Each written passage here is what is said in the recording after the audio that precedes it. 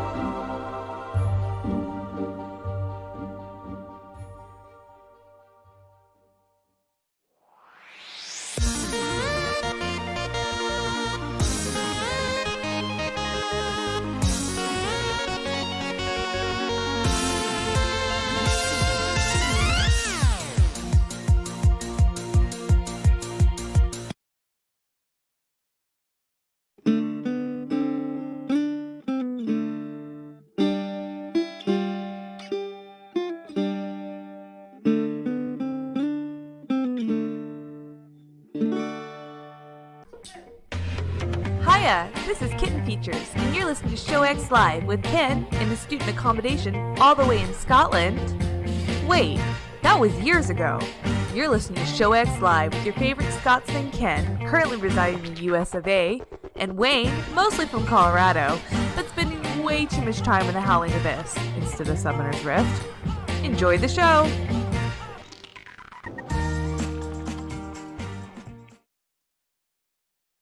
Hello, everybody, and welcome to Show X today, this 13th of September, 2020. Hey, everybody, you're listening to 2 p.m. Eastern, 17 p.m. GMT this Sunday, and we are happy to have you. Today, we are going to be kicking things off, trying to make sure we get to the things we talk about wanting to do.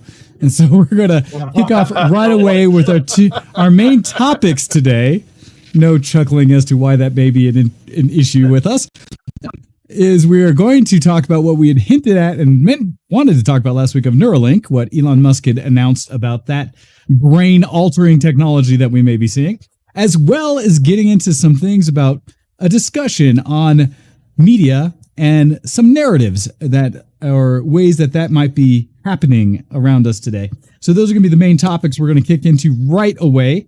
After that, we'll get into we have an email in there for some cleanup, as well as what we've been up to and anything kind of else that's been happening last week. That's going to be the flow for today. So with that, welcome, guys. We're going to kick right into things to talk about Neuralink. And so with this one, I had initially brought it up because I thought it was super interesting that I don't know how best to describe him other than everyone knows who Elon Musk is, whether you see him as, the most innovative, crazy genius out there today in modern times, or the closest real world representation of a supervillain. He is definitely a dynamic individual. And one of the things that recently came out, so now a couple weeks back, is he did I guess I could best describe it as a recruitment, not video, but recruitment session for Neuralink. And Neuralink, just to kick things off, I had a little quote from their website, which is just Neuralink.com. I'll share it in chat for anyone who wants to play along and kind of look yourself at what they're doing. But they have a question on their website that says, what is Neuralink building? And their quote is, Neuralink is building a fully integrated brain-machine interface, or BMI, system. Sometimes you'll see this called a brain-computer interface, or BCI. Either way, BMI technologies that enable a computer or other digital device to communicate directly with the brain. For example, through information readout from the brain, a person with paralysis can control a computer mouse or keyboard. Or information can be written back into the brain, for example, to restore the sense of touch. Neuralink says, our goal is to build a system with at least 2 orders of magnitude more communication channels, or electrodes, than currently clinically approved devices have. This system needs to be safe, it must have fully wireless communication through the skin, and it has to be ready for patients to take home and use on their own. They say our device, called Link, will be able to record from 1,024 electrodes and is designed to meet these criteria. So that's right out the gate what they're kind of describing what the Neuralink is, okay?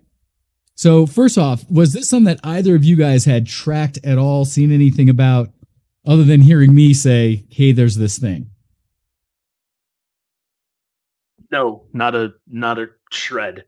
And I always assumed it was going to be a Japanese company that figured out how to LoJack everybody.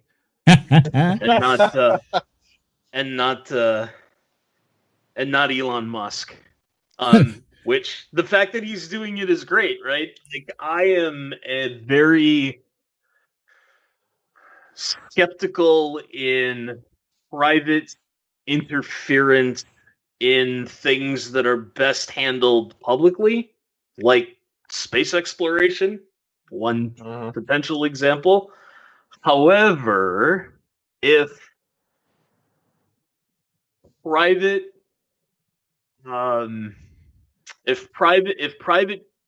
enterprises entering into a space or a potential industry or an endeavor gets the public sector off of its ass then I consider it to be a good thing. Like, Yeah. if the human race steps foot on Mars before the mid-2100s, it will be in no small parts because of Elon Musk. Agreed. I agree. Absolutely. I have heard of Neuralink. I saw it in passing, but then when you mentioned last week you wanted to watch it, I did go and watch the whole announcement. Yeah, so which I'm I've showing seen some of that the video as we thing that's talk on there about it, right yeah. now. I've watched that whole thing. Yeah. And I gotta say, Elon is not the best presenter. I sort of expected somebody who could stand up and really take the audience, like, you know, by the throat, but he didn't. He was kind of mumbling and seemed to have something of a script that he was kind of sticking to, but he seemed to just get distracted by his own thoughts frequently. So I was a bit surprised by that. I always thought he was going to be a charismatic man. Well, but that's kind of how but Elon is, right?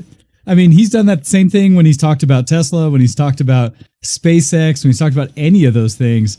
He's always been a guy who gets out there, and I think it's more that we know it's Elon, and so people go to see what he's going to say. Has he ever come out there and been an amazing orator or storyteller in such a way that conveys a level of excitement in a true sense of everybody going like, "Oh my God, we're on it"? I don't think so. Yeah, I mean, like I was expecting it to be kind of like a BlizzCon type thing, like a BlizzCon sort of announcement, you know. He's the anti-Richard Branson in that way, right? I Whereas agree. Richard Branson would make a giant production out of, you know, Virgin Whatever, Airlines yeah. now flies to your mom's house, like, oh my God, and it's And has the best service you'll ever experience, as well as yes. So no, I agree. Yeah, even whereas must you'll like, get you'll that's get a off cool the thing. plane Yeah. at your mom's house with a story that you can't tell your mom. Wink. And Elon Musk is not that guy. Elon Musk is the guy who smoked pot on Joe Rogan, right? And they talk about tech monopolies, and he's talking about the fact that he made a flamethrower as a meme and sold out 200,000 of them, Like because that. why not? Yep. Right? And he's the one building tunnels underneath major cities to try and revolutionize Transportation and getting away intra-city congestion. travel. Yep. To avoid Right? congestion and So, yes, exactly. Doing the Boring Company and those things. You know, he is that guy who I arguably say is definitely a visionary. And it's one of those that whether you agree or disagree with what ideas he comes up with, right, or his methods to, you can't deny he's got massive ideas. He suffers from big brain syndrome, right? And I think as Bab said it in there, he said Elon is what happens when a super geek with a plan lucks out with PayPal 2 or IPO. You know, basically he got a massive influx of money, and I mean he was a genius from way back, right? I think originally came from South Africa or such like that, and was smart then, and came to the U.S. specifically at a fairly young age because of the opportunities and schools and things available, and built himself up. So he's he was very much a smart software engineer originally, and then sort of grew up to where he is now. Yeah, but he was always, it was as much in tech as you can ever say, right? He's pretty much self-made when it got up to the riches he did. And he's one of those unique minds who was willing to, because as Bab said, has a vision, right? Or a plan. He invests all of it. Basically, he's someone who goes all in on whatever those dreams and plans are. If you watch any documentaries from Elon, especially his major companies, both Tesla and SpaceX are great examples of ones where he was a decision or two months away or whatever from those entire companies folding because of massive decisions they were making and trying to act upon. That if one of the decisions hadn't worked, the company would have tanked. SpaceX was one where when they were at the point of flight stage testing for their initial boosters, there was a few opportunities where the initial couple boosters failed. And they were having real conversations about, can we try again because we're sinking this much money in it? And if we go for this next rocket and it fails, we're done. And we shut down these businesses and everyone's out jobs. Well, let's go. And it happened to be the next one worked. Right? So he has had the Hail Mary throws for business so many times. But at the same time, so far they've hit. And in doing so, we've seen where now electric vehicles from Tesla are a real thing and are being sold around the world. And the conversation of electric is normal. Yeah. And other companies now have gone full in with electric, right? The new, what is it, AMC, or the company that bought out Hummer, one of the big ones, I think, I just forgot which one it is. It's not GMC, I don't think, but one of those major car companies that has Hummer, they did a teaser announcement of the new Hummer brand coming back as an electric full-size like SUV or utility vehicle that has a Hummer. That would not have happened, I would argue, without Elon Musk, right? And without Tesla. And it's got a range of 175 blocks. say minutes of travel. But, and so he is absolutely revolutionizing the world, pushing solar and such like that, where electric, and it's all, you can see with him at least a continuous vision. And the fact that we now have a totally private company doing space, not exploration yet, but full on replacing what the government here in the United States used to do for a lot of putting satellites into space, that we now have a private company doing that reliably. And our government has given him things to fly up. Did they just do a return from the ISS?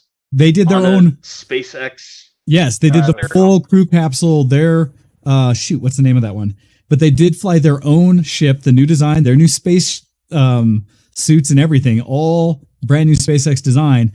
They flew their own up with astronauts to ISS and retrieved them successfully. Okay. And they've just done some recent tests on their new heavy launch vehicle for basically the Mars, their spaceship that they're talking about, the actual one that they would fly to Mars. They've done some of the main booster launch and recoveries of that one as well recently. And so they're still pushing and doing a ton. But Elon has absolutely been the vision. And now, granted, admittedly, like so many visionaries, right? He has teams of very competent people behind him that allow the business side to still work. Because arguably, and this is a discussion where I lean on the other side of whether he's a good businessman. I don't level him as a highly like the best at business. Right. I would say you would almost have to say no to that, right? Because he's also the guy that goes on Twitter and tells the entire world that he thinks his own stock is too high. Right? Which gets him in trouble for like he's manipulating stocks. I think Tesla's overvalued. I think he used the word slightly. Yeah. And I want to say that I was someplace where I could watch something like CNBC and they hemorrhaged. Yes, it dropped quick. Like now it recovered. They literally were having brain bleeds over the fact that a guy's looking at what his own stock is worth and going, that might be a little bit, it might be a little bit aggressive. Yeah. So that's the thing, right? So he also has teams around him and things like that. Anyhow, so getting back to like this whole Neuralink, Elon, visionary stuff. Essentially, the link, and I wanted to look at the actual website and share that with everyone as well, because they have some shots on their website of the actual link itself and some of the silicon stuff about it. And so the interface with the brain section, I think, is where they talked about it. Essentially, the device they created, this link, is, I would argue, maybe like a $50 size coin, but basically a larger coin in almost any country you've had coinage, the bigger of coins that they have. It's essentially that kind of diameter. And I don't know how thick they embed it slightly into the skull so that it's, I don't know if it's smooth, but there's some level. And then they surgically attach with this robotic surgery system all the electrodes into different areas of the surface level of the brain right now. They don't go deep, but they have talked about having technology to be able to reach deeper in with future versions. Because right now, when you're only at the surface area of it, there's only so much you're reading out of the brain, and I still don't know if they've actually done anything to introduce signals into. They didn't get into the details of it. They have, but the reason they're lacking so much detail is because it's not going to be anything crazy right now. It's more that they have probably proven that they can send signals with some effect that kind of works. So I have a bit of experience with some colleagues who used to do some research into reading brain scans. Okay. Am I lagging at all? You guys seem to be jumping around a lot for me. So I see visually your signal jumps every once in a while, but you sound fine. Okay, well, let me know if that changes. So I had a colleague who worked on a lot of brain scans type things. So they'd attach like little nodes to your skull and listen to the sort of the electromagnetic signals getting passed around.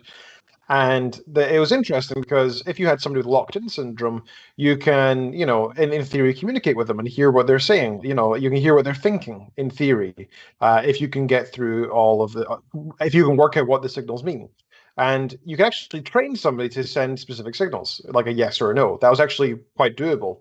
The problem was that if you trained somebody to do that and you listen to the electromagnetic signals, and then you waited 2 weeks, and then using the same data you already have of what their brain sounds like, and you apply that model to listening again, it would fail after 2 weeks. Interesting. Our brains are continually changing, right?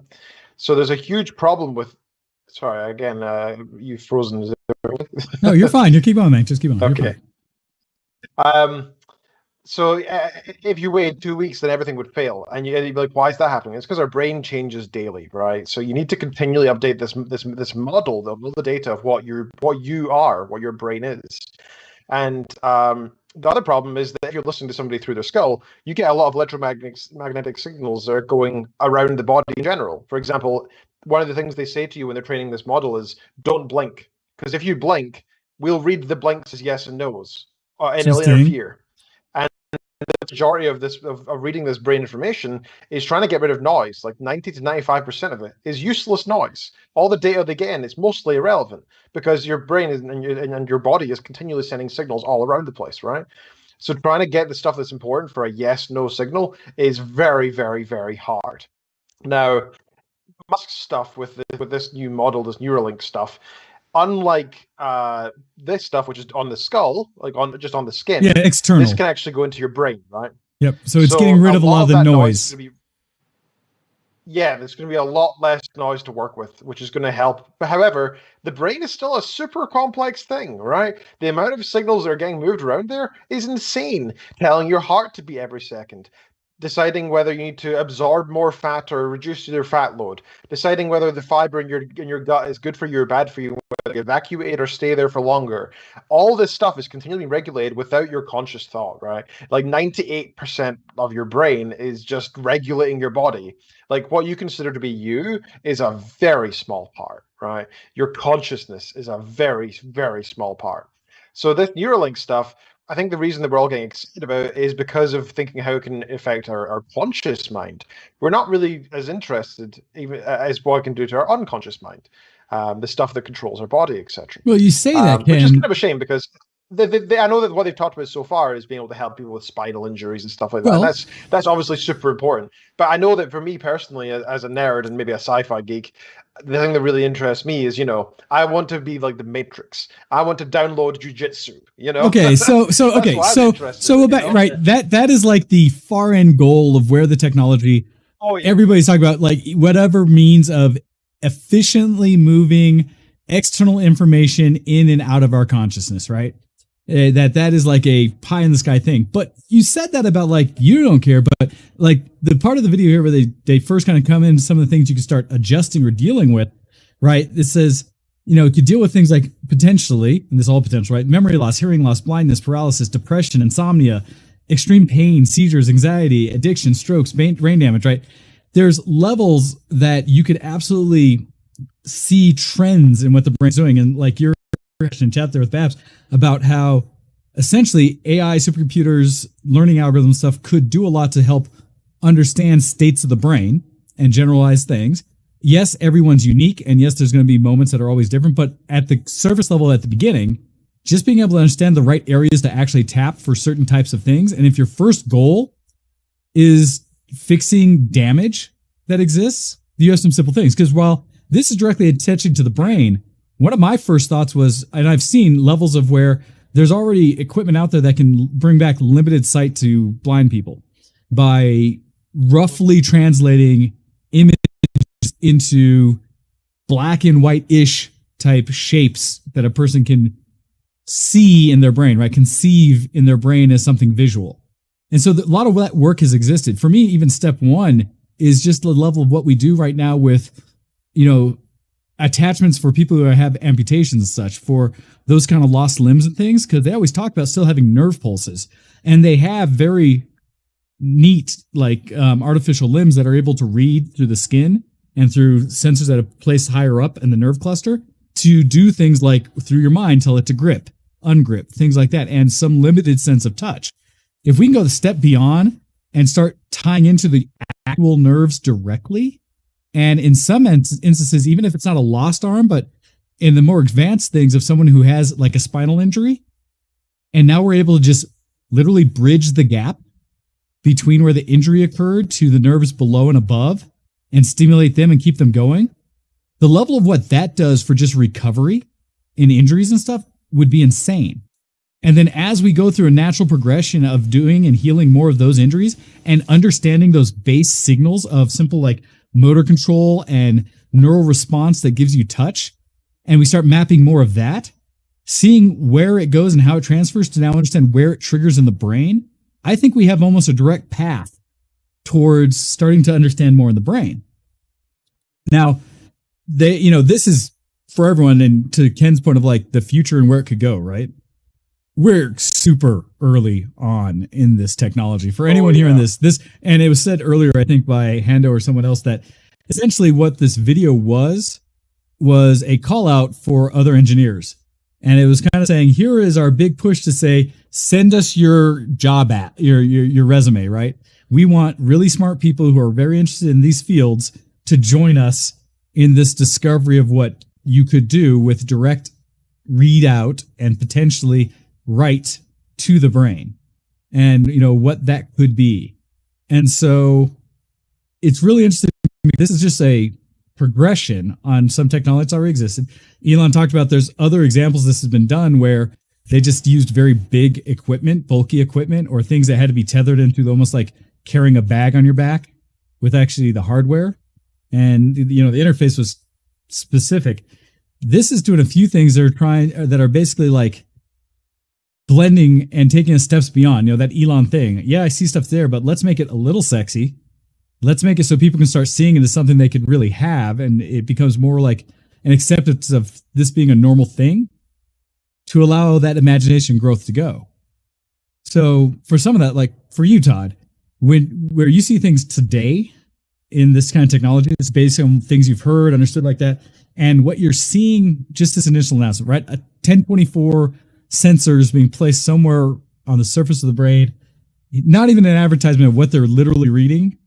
They later in the demo just go in and show that they some pigs that they've both not installed one that had it installed currently, and one that they had installed and successfully removed and is now just fine as well, trying to show that they are testing all these different levels of it. But what do you think, Todd, about just like where it is today and some of that progression of where technology like that might naturally take us? Well, what I want is digital preservation of the self, right? Because I'd like to live forever. Because I'm not going to get to all the things I want to get to, in a single lifetime. So, if I had total access to the internet and still be me for the rest of time, like I could probably get it all done.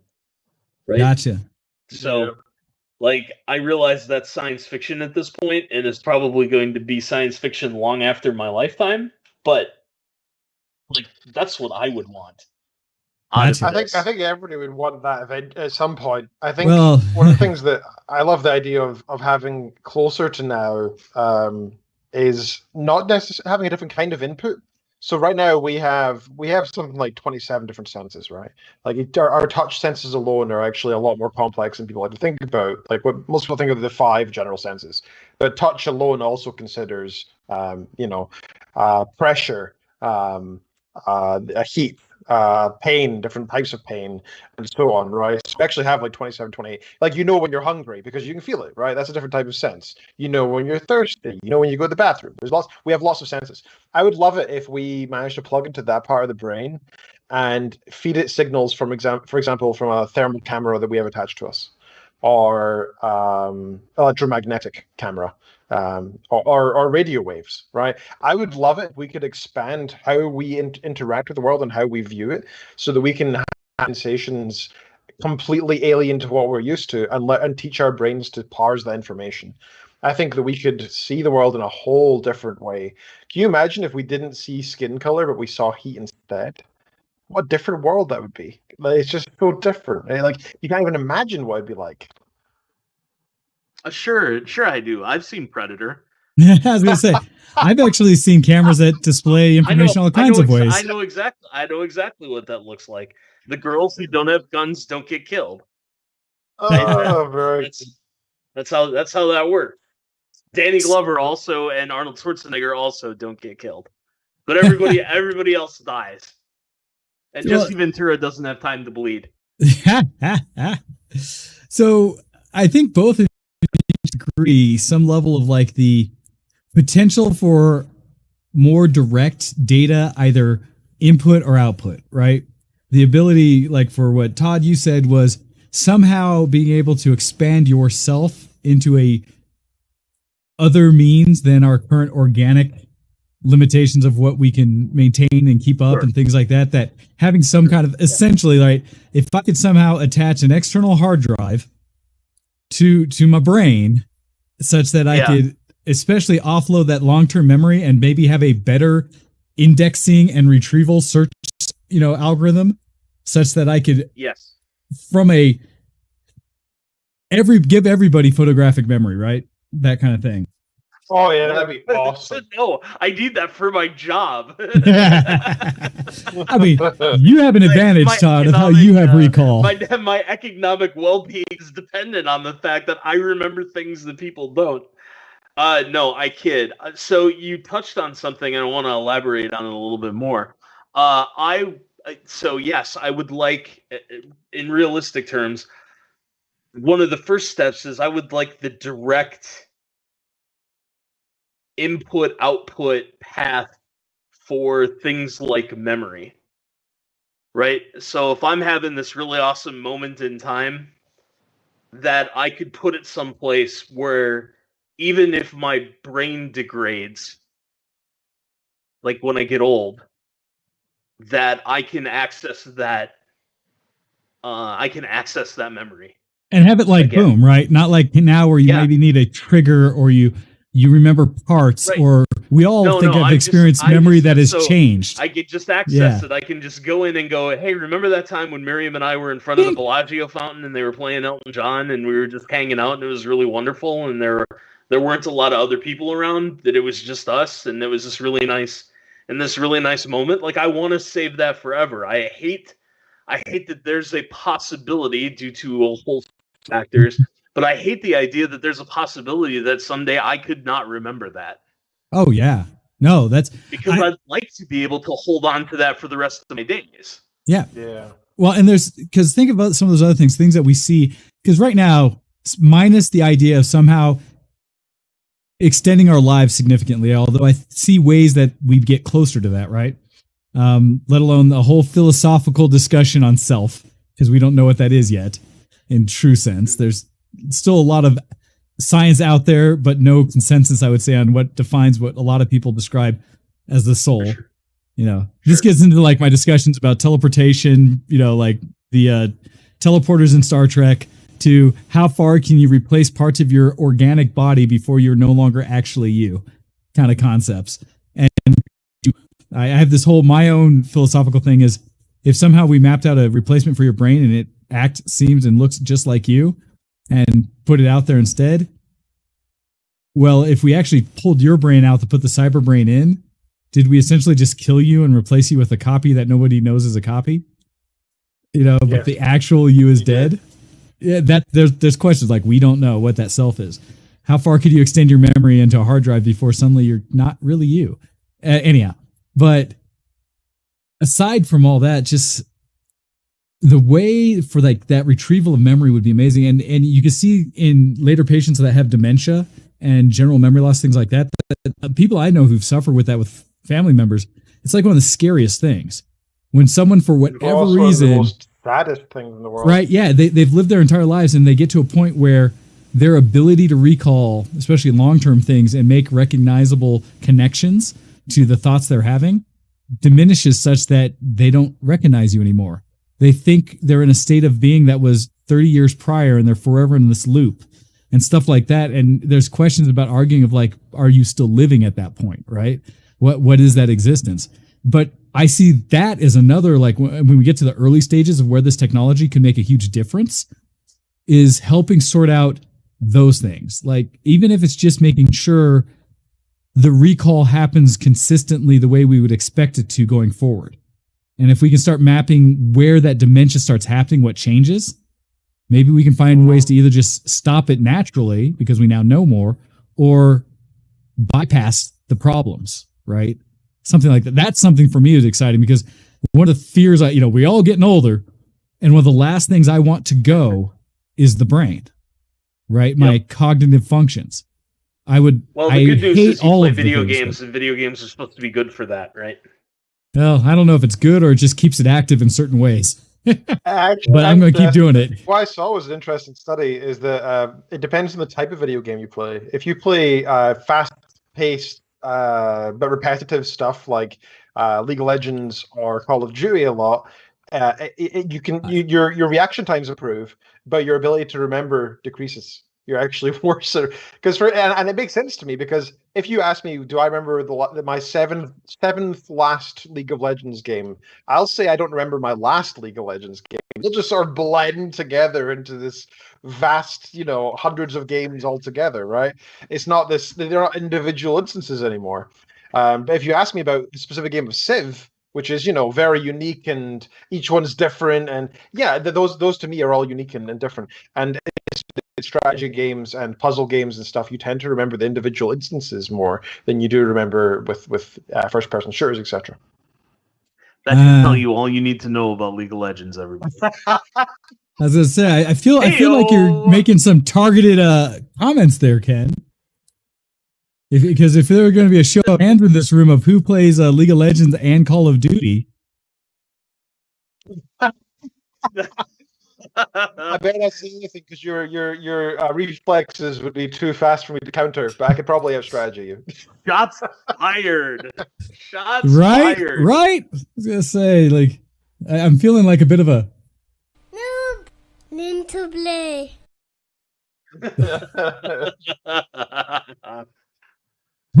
So, but yeah, no, that's like, okay, so all the things I'd love to see, right? Because any direct access to the brain that allows you to, once we can truly understand that input output, allows so much potential from just our own little happy place of geekdom and where we live, right? Like Ken said, that matrix effect of being able to learn things instantly, or maybe it's not even that you need to learn it, right? What if I can just augment, put in the little plus chip that says, I'm going to go do this activity today. And so I now have this updated library of references that I can directly access, right? The entire Encyclopedia Britannica is there, such that instead of me now having to grab my phone and doing it in real time as I'm talking, those references are made available in my head. So that the next time I have a conversation about European history in a video game, and Todd brings up the specific, like, instance of a battle between two warring factions from 1200 or something, as he's saying it, those references could pop up in my brain, because I argue you don't need every bit of information in the forefront, but could pop up, and all of a sudden you're like, oh yeah, this empire, you mean the ones that was led by this guy? That awesome. And then have that discussion more about the why it happened and what went around it, and maybe the ethical aspects of such, versus just trying to reinform everybody about the facts that it occurred. And now it can bring me up to speed much quicker that I have it right there. That'd be amazing, right? And that's just like a bridge from where we are today. Yeah, it's huge. I want to bring up the one that I thought of as you were talking. There's a lot of discussion out there in mental health circles about sabotaging thoughts. Okay. Oh. And what if you could use an external device to short circuit the path of sabotaging thoughts? Interesting. Now I'm going to lead you down the slippery slope. Oh, yes. We haven't talked about the negative potentials yet. we have this massive divide between skilled and unskilled labor in terms of earning potential and other things, where the earning potential of unskilled labor is going to drop to zero, right? Because automation's coming. And the earning potential of skilled labor is going to continue to increase at some level. Okay. So what happens if you are an unskilled laborer whose job hasn't been replaced by a robot yet, and then all of a sudden all of your engineer friends are getting low-jacked. And you're the only person. Essentially, the divide that currently exists between people that have the opportunities, even for better education or things like that, is just going to grow. And theoretically exponentially, right? Give it some steroids. Well, because I think we talked about it in a way like even today as a relevance to today's society. In a time of lockdown and distancing where people have been forced to interact more through virtualization of things, specifically classrooms, things like that, there's been an issue in areas of lower income, and I know in the United States especially, where not every kid necessarily has a decent computer at home, let alone reliable internet access. Yeah. And so there were examples of kids sitting outside of like Starbucks to do their homework, to log in and be at school each day, because that's the only place they could get internet.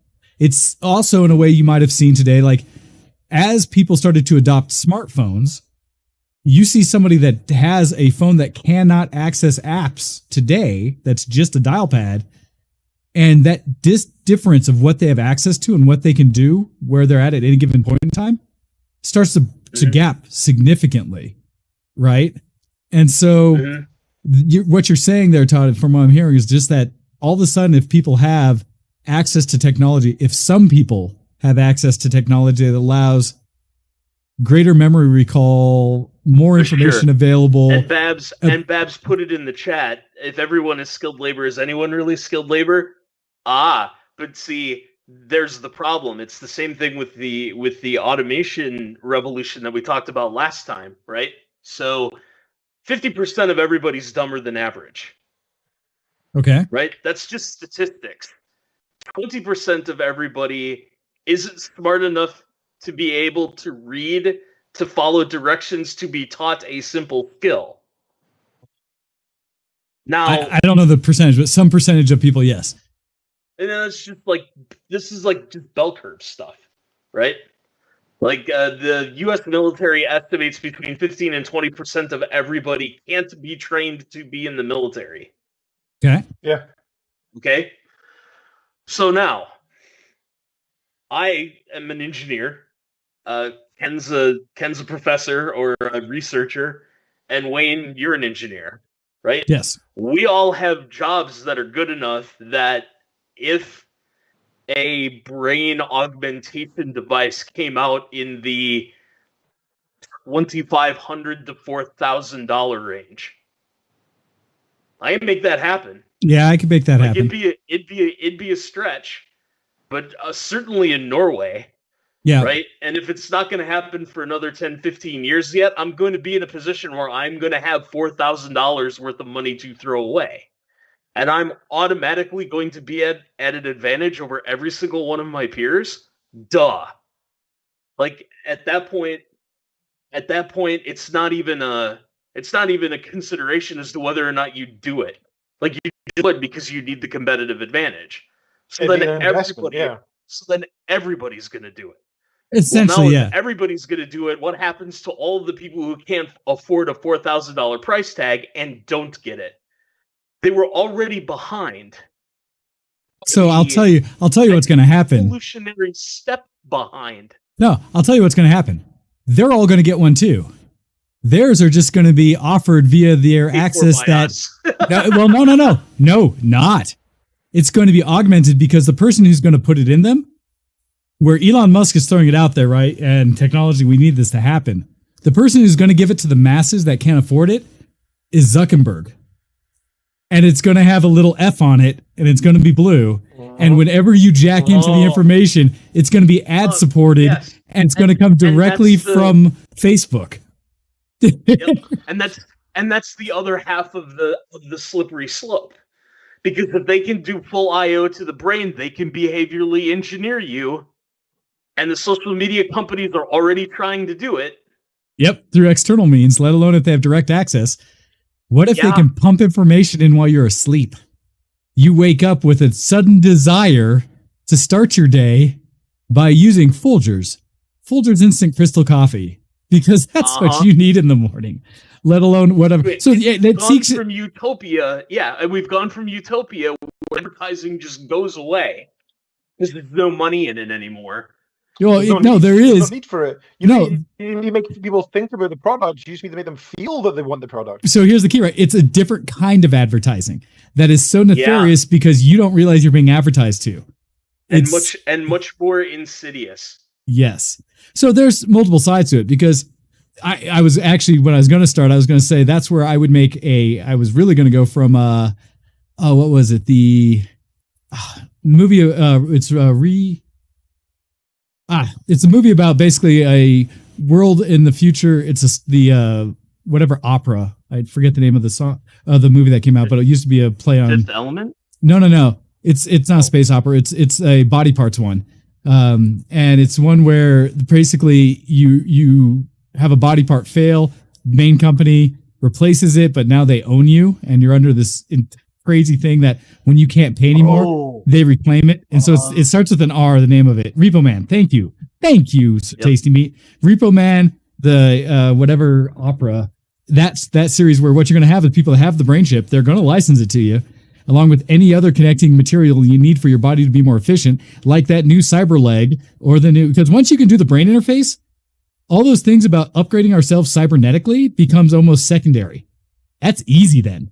You know, that needs to be either its own power supply that you plug in, you say, or somehow work off the biometric functions of the body and what you're already doing today to run our bodies through our processing of nutrients and such. Once it gets like that, we can start augmenting all kinds of things. But I was going to say, I can see the Repo Man as some company that comes and says, oh, we'll let you have all the upgrades at an easy, convenient 30% interest rate, that compounds, daily. Yep. And at some point, we're going to come get it back.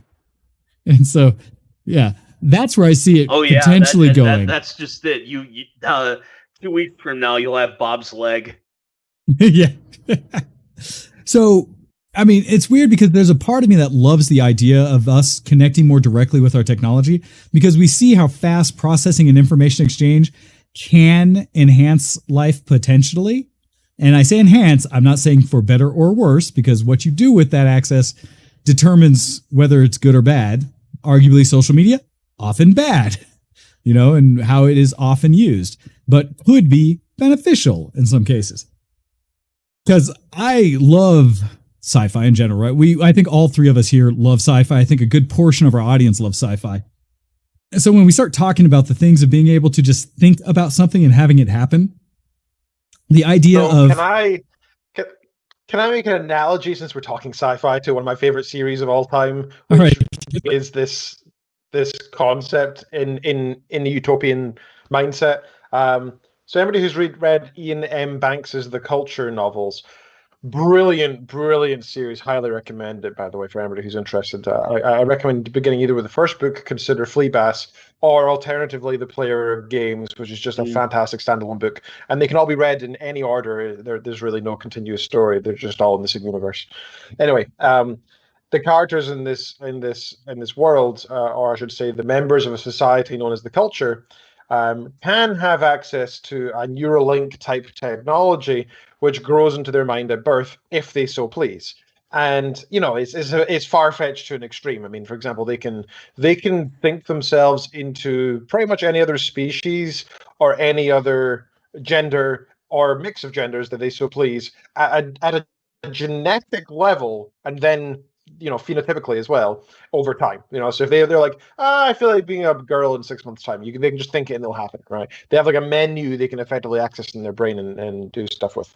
But the cool thing about this is it not only does it let them access through basically Wi-Fi nearby systems, so they can interface with nearby doors, AC, windows. They can check the security robots nearby or drones or whatever. They can also access like schematics and prints and information data that they want that's nearby and available.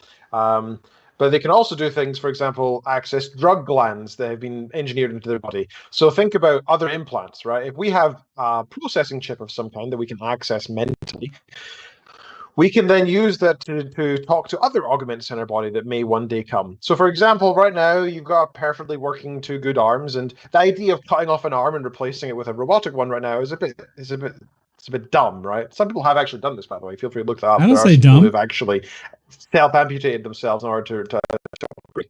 I wouldn't call it an upgrade at the moment. I think it might be one day. I think it is coming, but right now it's not an upgrade.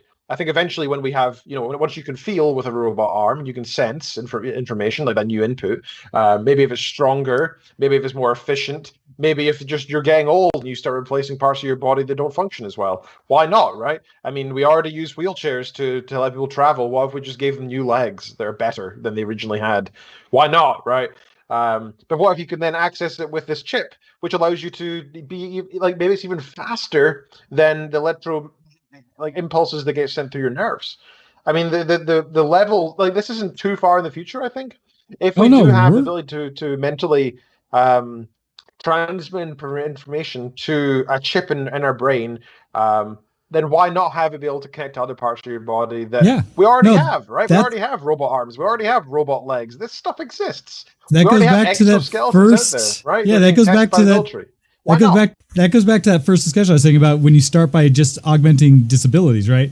And I already know a ton of people I've had this conversation with of like, I would give up my left eye and left arm pretty quick, knowing there was an artificial augmentation that was better. As soon as you get any kind of camera in the brain, like direct access that I can do, like you were saying, Ken, filters or bands and wavelengths that I cannot perceive with my natural eye, done. Night vision forever, ability to telephotic vision, all those kind of things.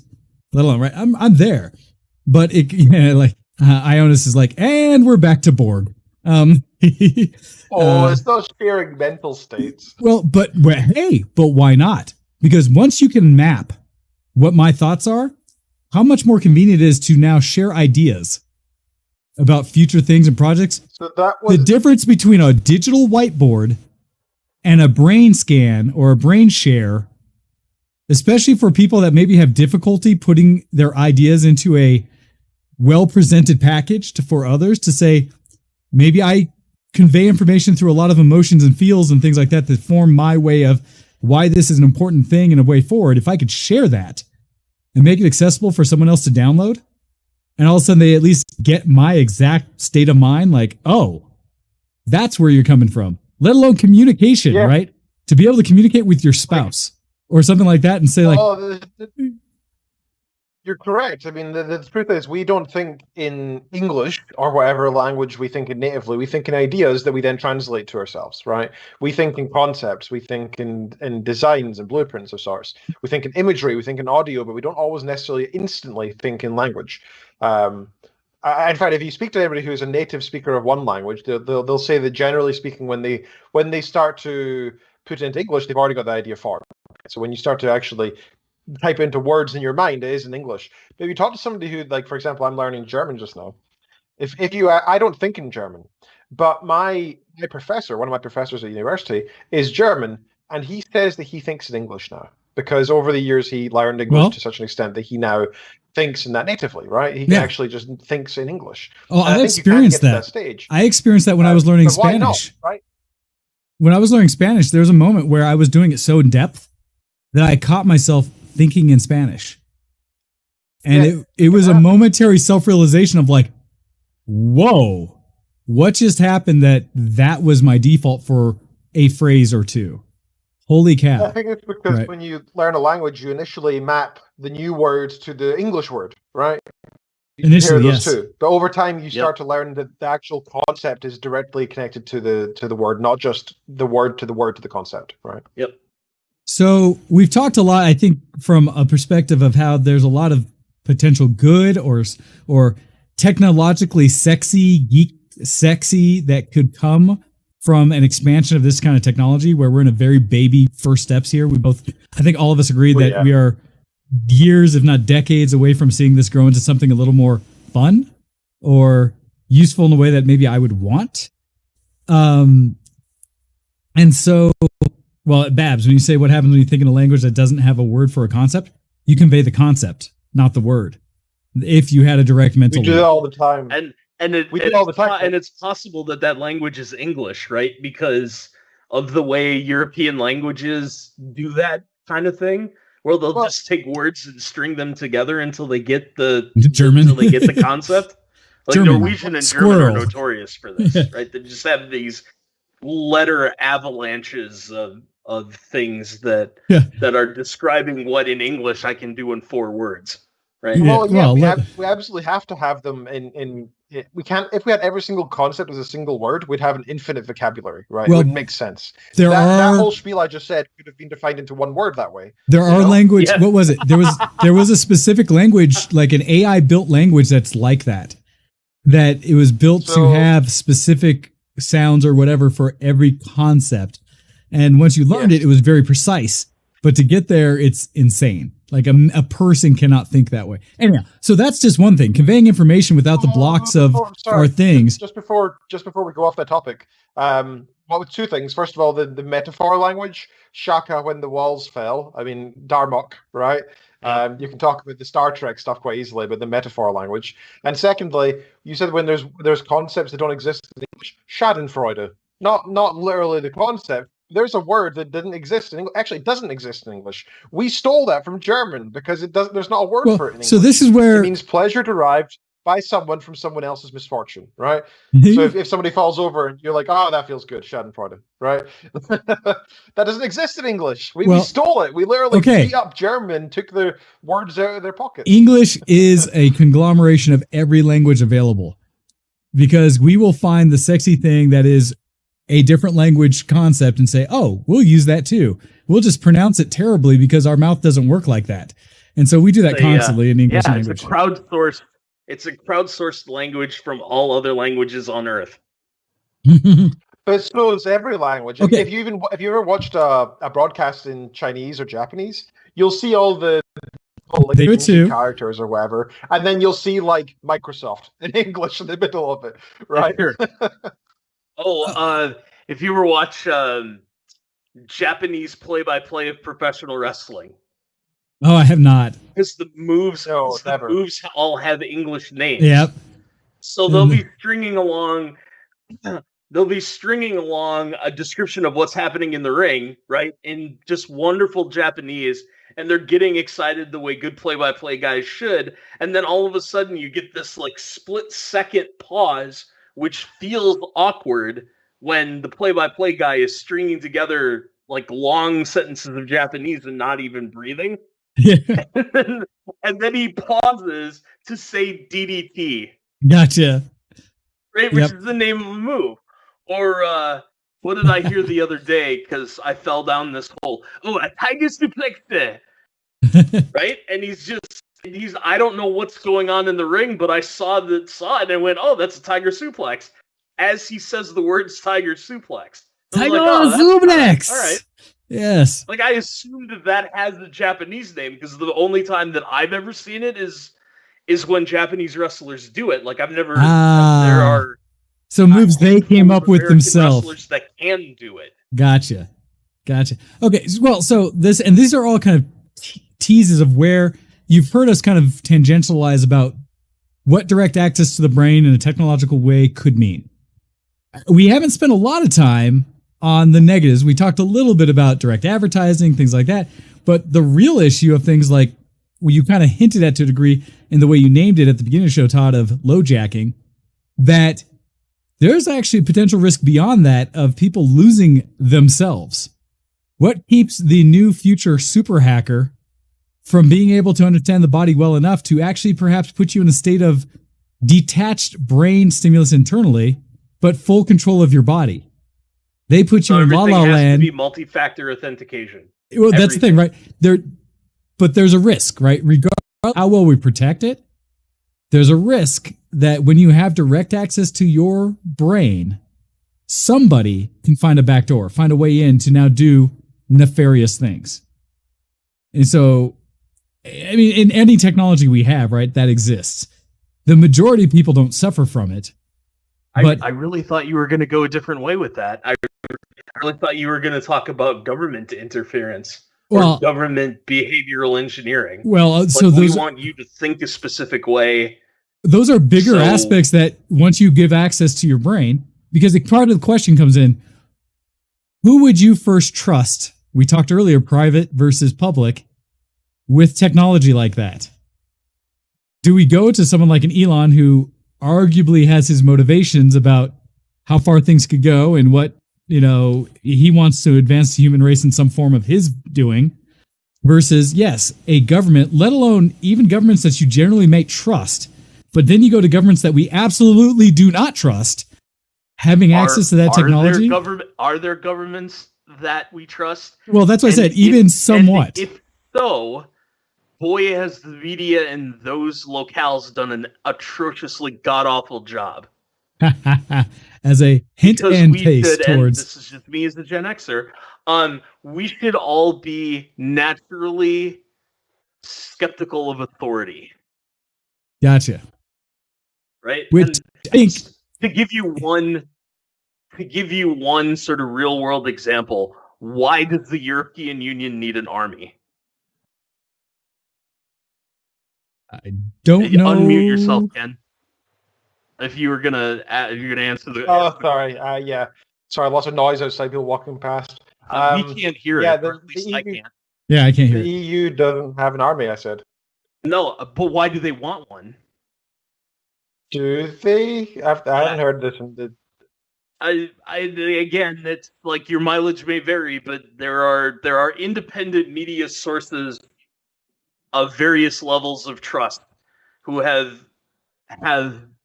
reported, in air quotes, that one of the things that the European Commission, I guess, is considering is the formation of a European Union army. I mean, I don't mind the idea if it was more, less of a union and more of a federal government of sort, but it's not, right? It's not a single country; it's a union of countries. And right now, we have NATO, so that's already kind of have that box ticked, right? That's say entirely that. my point. Well, you say that, but not every country is a member of NATO, and not everyone in the European Union is equal members of other world organizations. Sure, also true. But so there's some disjointedness that probably ought to be fixed. But I don't want to get into because I kind of go conspiracy theory, tinfoil hat on this, because I live in a country that has a sovereign wealth fund that is not a full member of the European Union. Anyway, it'd be far easier to just take if they could sack it, I guess. Well, like I said, this is I get tinfoil hatty and conspiracy theory about this. And it's probably not true. I don't know, but anyway. Well, I could see reasons as like well I said, due to so the overall things. point being, if there's a government on the planet for which people are naturally trustworthy of them, the media is not doing their job because everybody's dirty, right? And I know that's cynical, but it also happens to be true. Gotcha. Well, and I'm sure we'll get into more of this with our next topic. At least some of the ideas around what you need to be aware of and pay attention to. But I wanted to bring up at least some of those ideas of the negative side as well, because we have that discussion of like, yes, I want to better act player one available to me, but I want, in my ideal world, me being able to switch it on and off, knowing that I have control. And unfortunately, I don't see a world where that will happen unless I develop it all myself, because there's so much money in understanding people's access and information to things that some big company is going to find a way to get in the middle of it. And so I think there's a ton that we could worry about when it comes to the risks. Like I said, also, like there's the benefit, the cool future Star Trek-y things we could all get out of having direct computer access to our brains, the Matrix, all those things. But there's all that potential risk too. And so one of the things I did have a conversation with others is like, I support visionaries like Elon Musk. But at the same time, I believe in a world where there's a reason we have a lot of the checks, balances, regulations, and things like that we do. And like in testing, new pharmaceuticals, things like that, there's reasons we limit the freedom that we give innovators and stuff of how they implement their ideas. Because this could easily be made extremely unethical. Can you imagine? You can imagine certain countries in the world, if they had this technology and wanted to advance it suddenly for their soldiers or something, they could easily be doing some incredibly unethical things. And I'm not mentioning countries for a reason, because I think it would cause. I think every country among the audience. But I think every country has a potential. Every government has a potential to want to turn full control over their soldiers and such, regardless of who it might be, or their people and their personnel as well. With that, though, if there is, because we've touched on, like, again, a lot of the whiz-bang side and stuff, things around it. Awesome, Elon. Thank you for challenging us with another potential thing coming forward. I will be curious to see what comes forward, what else happens with it as it continues and as more go into it. I think it's geeky interesting. We are now going to, but I would like for all of you, if we've only talked about the surface, some of the bad things. Is there something out there that anyone watching, really wants to see this technology go towards first, or would be your utopia situation of what with direct access to your own brain, be it through a different type of technology, something you could have? Please email us at vtwshowx@gmail.com and let us know your thoughts on Neuralink. And even that future state of the possible, what could come out of this kind of technology in the future and what you'd like to see with it. With that, though, we're going to take a break. And that way everyone our Ionis the world and stuff like that, can go have their moments and such. And then we're going to come back and we're going to talk a little bit about the media and how there may be narratives out there in the media and things that you should be aware of with that. So, look forward to that right after the break. We'll be back in about 4 minutes after we talk. I felt like it was appropriate in some way, an OC remix track from the game Nier Automata called Absolution. And so everyone enjoy, and we'll be back in about 4 minutes. You're watching ShowX here on twitch.tv, VTW ShowX, and we'll be back right after this.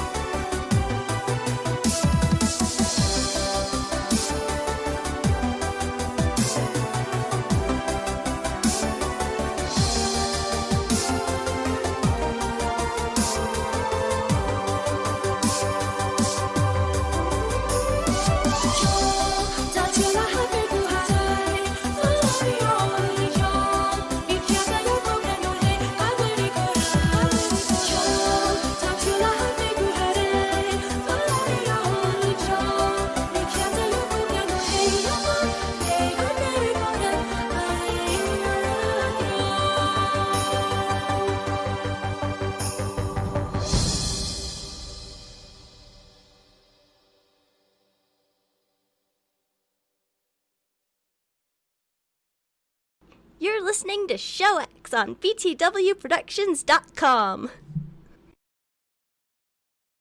Hey, everybody. Welcome back to the show. I actually do think that music was appropriate in the break. If for those who know what Nier is and how that game plays. We have a couple of emails we wanted to get to that came in over the last week and today. I want to start right off with that, and then we'll get into our second topic. So the first one we have, and this is its own bit of a wall, so be prepared. Got my water on hand ready. All right. This one coming from Ionis. And it is listed, are you not bored listening about Europa Universalis and Crusaders Kings yet? Here is one for you. Said, y'all heard Octail's story about his European conquests in between Age of Discoveries and Napoleonic era. Recently, he is delighting us with tales of how he murders his way to dynastic domination in the Middle Ages with Crusader Kings 3.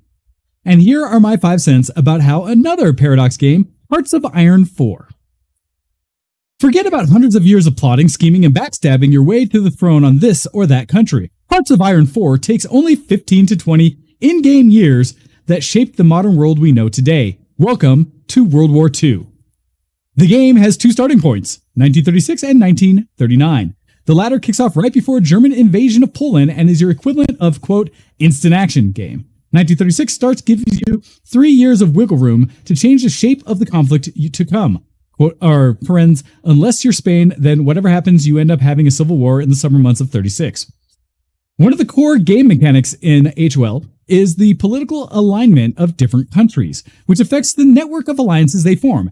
They are 4 political systems that compete over supremacy: democracy, fascism, communism, and authoritarian regimes.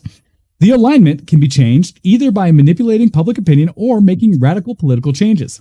The, quote, what if scenarios are what makes this game so fun for me, as you can really pervert the fabric of history by going off the rails at any point. Perhaps you'll lead US to stay true to the neutrality acts and avoid any European entanglements. Friends only dealing with Japan after their attack. Or completely flip the table and lead to Second American Civil War and turn the whole nation fascist or communist. Since I mentioned Japan, your goals there aren't set in stone either. Instead of going after states, triggering their military involvement in World War II, you can instead attack the Soviet Union in 1942 and help Germany bring down the communist behemoth.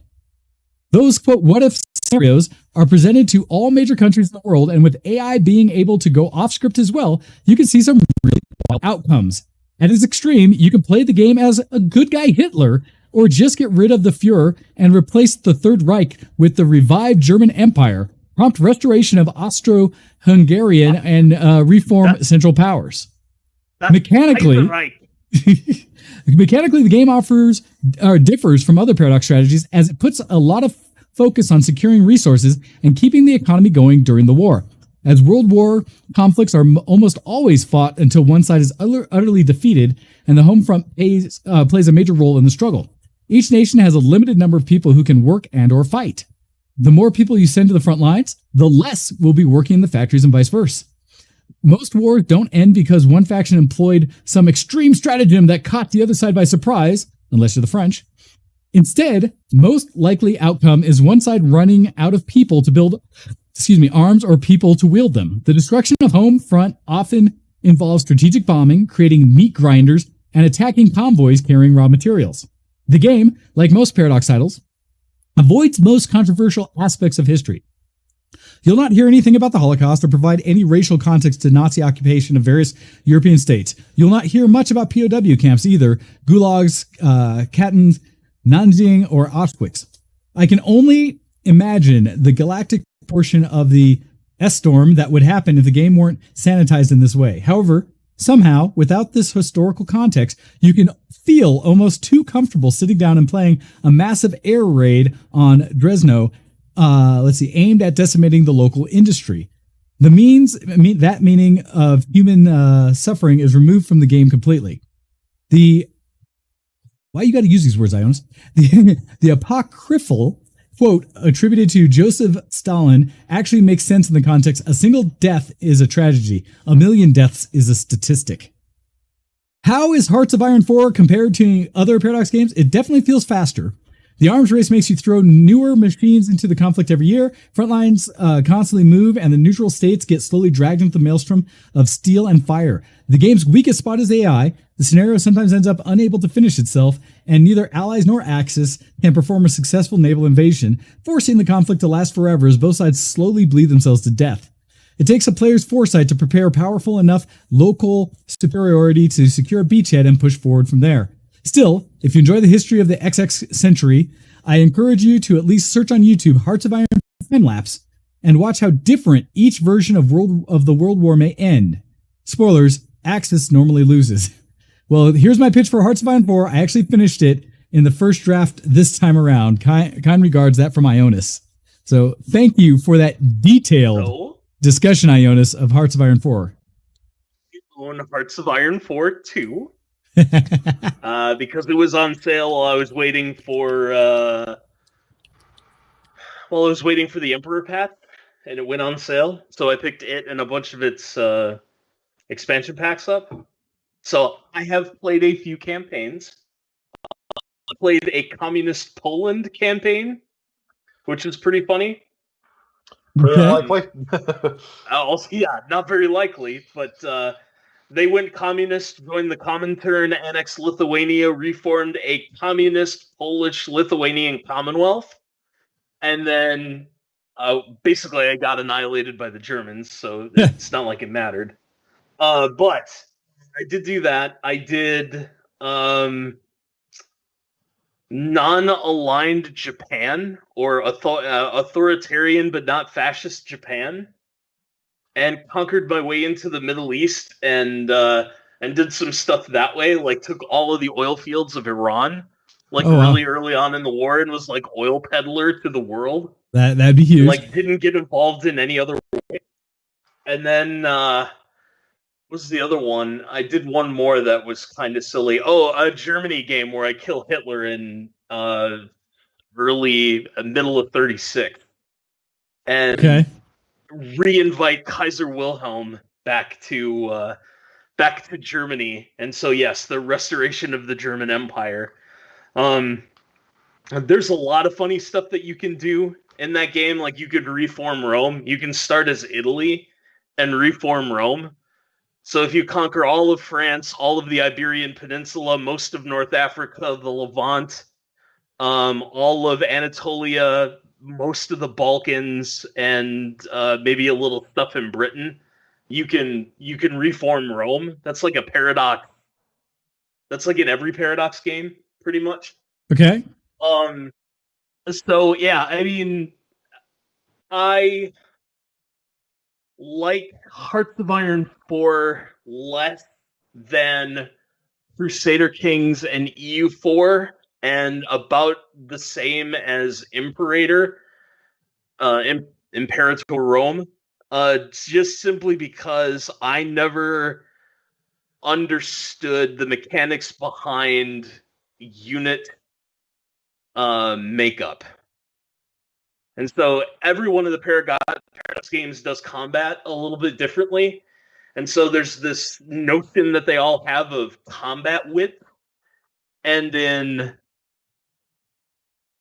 Hearts of Iron 4, your units need to be in integer multiples of 10. Okay. But 40 tends to be optimal in order to fill combat width. And starting in 1936, I never really got my hands around building up to maximum combat width and having enough equipment to be able to be relevant in the war. Ooh. So, like, I'm obviously missing something mechanically that if I played it more, I would probably have the eureka moment. Okay. And, like, suddenly, like, the Hearts of Iron 4 campaigns would just lay down before me. But I had not gotten there. And then the Emperor patch in Europa and now Crusader Kings have sort of taken my attention. But yeah, Hearts of Iron 4 also quite good. Just less my bag than CK3 and EU4. Well, it's interesting in general to me how big and specific these games are, that I am not sure if they would be my jam. It's like it's not enough. I don't have that history kind of thing to understand a lot of those things. But at the same time, hearing about it, I'm just like, dang, there's a lot going on with that. So it is cool to hear about. But that's the thing. It sounds like they have a whole wide range of games from Paradox that cover various aspects of that kind of depth for people who are into those games. So that's pretty cool. You can find, if you have a favorite time period of history, it is very likely that there's a Paradox game set in and around that time. Okay. Like that's they awesome. haven't done ancient Greece, right? They start after the fall of Greece, and between the fall of Greece and is where Imperator Rome starts. Okay. Right? And then they do Crusader Kings for the Middle Ages, and then Europa Universalis for basically the Renaissance through the Industrial Revolution, then Victoria takes you up to almost World War II, then Hearts of Iron, and then Stellaris for like future tech. Yeah. Okay. But yeah, so if you've got a favorite period of world history, especially if it's European, or Middle Eastern, or Indian subcontinent like history, then there's probably a Paradox game for you. Gotcha. Is what I'd say. Okay, no, that's really good to know. All right, so we have an additional email that came in. This one's a little quicker, so we'll knock this one out, and then we'll get to our second topic today that Todd will introduce. So this one says 23 years in the making. This is coming to us from Cupcheck / Happy Dude, who's in the chat right now. Says, from when I was a wee little lad, I had the bug to quote catch them all. But now, with the assist of a lot of generosity backed on my birthday, I now have the ability to archive my venture to capture all 150 of the first-gen Pokemon. So here's the breakdown. Pokemon Red and Blue, $30 each. Transfer packs, $15 each. Pokemon Stadium, $30. And counting the $80 I spent on the N64, that's $200 to finally strike off my gaming bucket list. The question I have to all of you is this. What do you have on your gaming bucket list that you have yet to do that is super expensive to pull off? Good question. I don't think I really have anything to mention though. I guess for me, the one thing I want to do in gaming one day, which is now sadly no longer possible, was that I always wanted to complete World of Warcraft. Like, I wanted to do every quest, every class max level, get all the gear, every single achievement. Ooh. That was what I wanted to do. But now with Blizzard's, evil, face showing, or to be fair, Activision's, I have already vowed not to go back to Warcraft, so I can't fulfill the dream that I wanted to, and I hate them for taking that from me. Okay. Wow. Okay. Go ahead, Todd. Wow. So the closest I can come up with is back when I was a wee lad of 9 or no, it was later than that. 13 or 14. My parents bought a full arcade style pinball machine. Yeah. For the house. Cool. Yeah. And my dad did the thing that you do with the doorbell, so that the doorbell's connected to the coin slots. So you can just yep. Completes the circuit, so all you have to do is push the doorbell to get credits. Yep. And it worked for a long time. My parents told me last weekend that they paid for someone to sort of clean it up and repair it. Oh, better. So it is now supposedly fully functioning. Hey, that's great.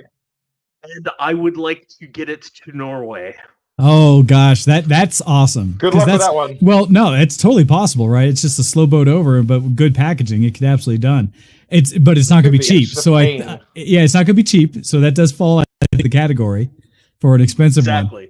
So it's interesting because I'm currently getting my guitar shipped over here, so I'm currently going. I just looked at the paperwork I need to fill out for that, and that is a pain. I need to prove I either have owned it for a long time or have a receipt to prove that I'm not buying it. Right? Gotcha. Yeah, like, this is mine, and I need to move it. Mm-hmm. So for me, I'm on a kind of a back and forth because most of my younger stuff I did well, and I have actually a very fortunate position where I have access to certain things. Like there's a pit of me that wants to play some of the original games. My first games I recall. Not on Atari. And those are the ones on my Apple II Plus, which is sitting in my basement right now that my parents bought back in 1983. It's in my basement, and I just have to fix the power supply and see if it'll work, those things. So I have some of that, but expensive-wise, one of mine was always kind of the same sense, Todd, of arcade. And so I was kind of thinking back from, part of me thinks the old-fashioned, 4-person Ninja Turtles arcade cabinet, just because that was iconic. But in reality, when you mentioned the pinball one, I actually have a friend who's done it and done it right. If you go onto VTW Nerdery on Facebook and to that channel, or if people aren't in, want in, let me know. A group of us there that share all kinds of nonsense. But one of the members there, TK or such, he has built one of the best geek retro basements you could ever want, including I think he's up to 4 stand-up arcade pinball machines. And the first one he got was cool. Pinbot. The first one he got was Pinbot. Oh my god, the original Pinbot? That's classic. He rips them apart and upgrades all the lights with LEDs and upgraded sound stuff and things. So they're these pristine, immaculate versions that are as good as you could get today version of these original ones, because he's serviced them himself. And he showed when he lit it up with the new lights, and it was like, oh my god, that's pretty. And the sounds and everything, upgraded speakers, everything. You're just like, this is better than the original. Yep. So for those that don't know, the International Pinball Hall of Fame is in Las Vegas. Todd and I went there. And I go there every time I'm in Vegas. Once I knew that was a thing, I stop by every time I go. Because I just have always loved me some pinball. I suck at it now, but I still like playing it, even though I'm not good at it. It's physical. I would to get the one that is in the family over to Norway. Oh, that's huge. And that's then huge. Acquire 1 or 2 more. And just have a small selection that if you were having a get together of people who like to play pinball, that you could just, play. Yep. Oh, it'd be amazing. For a while. Yeah, I would love that. Yep. No, I feel the same. So those are big ones. Because to me, that's a physical thing. They aren't cheap. Those kind of things. So I think those are the ones I would go for as well.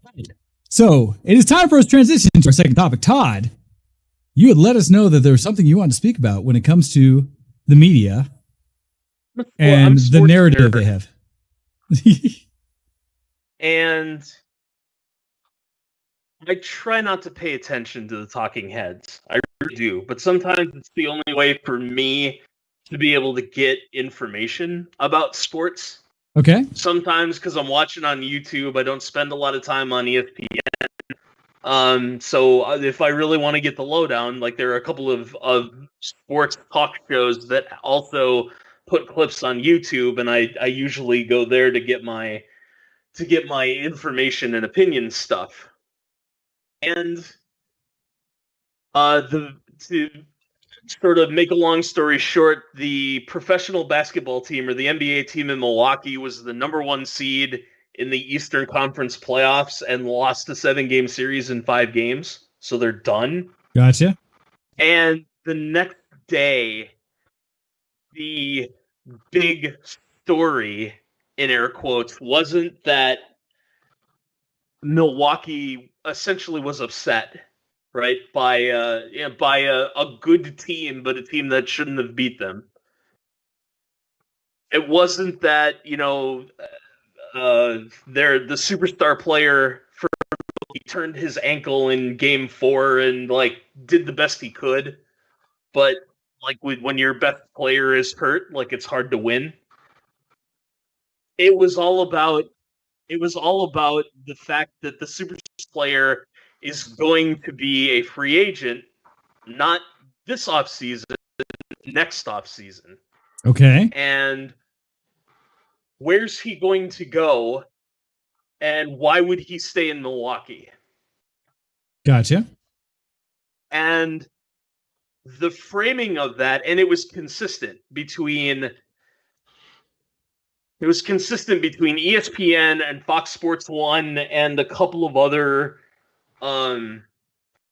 sports and media outlets that I pay attention to.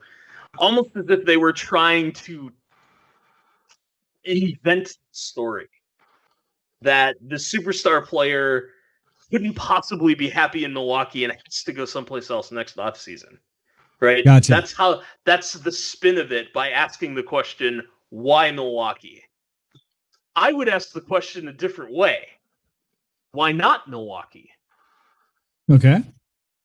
Right? He's the back-to-back regular season MVP, the superstar player. It's Giannis. Giannis is the back-to-back MVP. They've won over 60 games the last 2 seasons. And they've been one in the playoffs for the last 2 seasons. And last year they ran into Kawhi Leonard in FU mode, who is really good. And this year they ran into a really pretty good Miami Heat team. And they ended up losing series, strictly speaking, before they should, in question mark. So I guess what I'm getting at is I don't like that the coastal media elites that work for these companies can't imagine a scenario in which a professional basketball player would want to stay in a small Midwestern town. That they have to go to New York or Miami or Los Angeles or Chicago, like one of these huge television markets, and they can't stay in Minnesota or Detroit or Milwaukee or Sacramento or Oklahoma City or San Antonio, right? These smaller middle of the country towns that, by the way, if you are a successful sports person in any of these towns, they treat you like a god, right? I mean, that's just the way Favre in Green Bay, right? Like they treated him like a deity until he left. And then it was looked at as a betrayal, and then you have all of that kind of interaction going on. So I really dislike the idea of he can't possibly stay in Milwaukee. And the thing that came to mind is he's European. He's from Greece. Or he grew up in Greece. Okay. And Milwaukee drafted him from Greece. So his career comparable isn't somebody who was born in America. It's somebody else who was born in Europe. Right? Which in my opinion was Dirk. And you know who Dirk Nowitzki is? No idea. He was drafted in 97 by the Dallas Mavericks and played his entire career there. Okay. Like, Dallas is also not a big market town. The Dallas Mavericks only won 1 world championship in the 20 years he was there, and I think made the finals twice. So it's not like the Dallas Mavericks were this uber successful franchise. Their franchise comparable to what Milwaukee is now. So I ask the question again. If Giannis' closest comparable to his career is Dirk played his entire career in Dallas and only made the finals twice and only won 1. Giannis is 23 or 24 and is just entering his prime and is only going to get better. Why can't he spend the next 13 years in Milwaukee and play? Why wouldn't he spend the next 13 years in Milwaukee and play? Okay. And I'm going to speculate. And the reason why is that these coastal media people, the two things they hate most in the world is having to go to Green Bay in January and Milwaukee in June for the NFL and NBA playoffs, respectively. Like, who wants to go? If you have the chance of going to Dallas in January or Green Bay, which would you rather go to? And now that there are two teams in Los Angeles, let's throw that into the mix too. Like, if you're a media person and you're on a coast and it's January and it's the NFL playoffs and it's going to be minus 10 degrees Fahrenheit and snow in Green Bay, or it's going to be 55 degrees and sun in Los Angeles, which one do you want to go to?